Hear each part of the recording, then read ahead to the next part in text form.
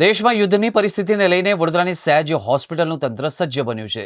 હાલમાં તાત્કાલિક વિભાગના પ્રથમ માળે એક્સ્ટ્રા વોર્ડ ઊભો કરવામાં આવ્યો છે, જેમાં જો આપાતકાલીન પરિસ્થિતિ ઊભી થાય તો તેનો ઉપયોગ થઈ શકે। સાથે તમામ સ્ટાફની રજાઓ પણ રદ કરી દેવામાં આવી છે। દેશમાં યુદ્ધની પરિસ્થિતિને લઈને વડોદરાની સયાજી હોસ્પિટલનું તંત્ર સજ્જ બન્યું છે। હાલમાં તાત્કાલિક વિભાગના પ્રથમ માળે એક્સ્ટ્રા વોર્ડ પણ ઊભો કરવામાં આવ્યો છે, જેમાં જો આપાતકાલીન પરિસ્થિતિ ઊભી થાય તો તેનો ઉપયોગ થઈ શકે।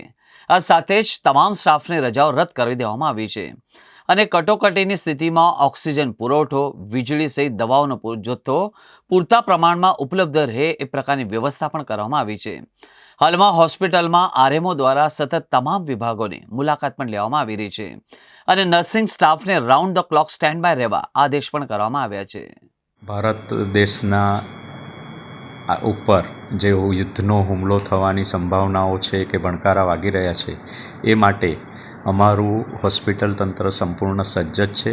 અમારા માનનીય હેલ્થ સેક્રેટરી અને કમિશનર શ્રી દ્વારા જે બી સૂચનાઓ આપવામાં આવશે એનું અમે ચોક્કસપણે ત્વરિત અમલ કરીશું। આ માટે હાલમાં તો અમારી પાસે એક 20 બેડનો વોર્ડ રેડી જ છે અલગથી। અમારા સ્ટાફની રજાઓ પણ કેન્સલ કરી દેવામાં આવી છે, તેમજ અમે દવાઓનો પણ પૂરતો જથ્થો જાળવી રાખ્યો છે।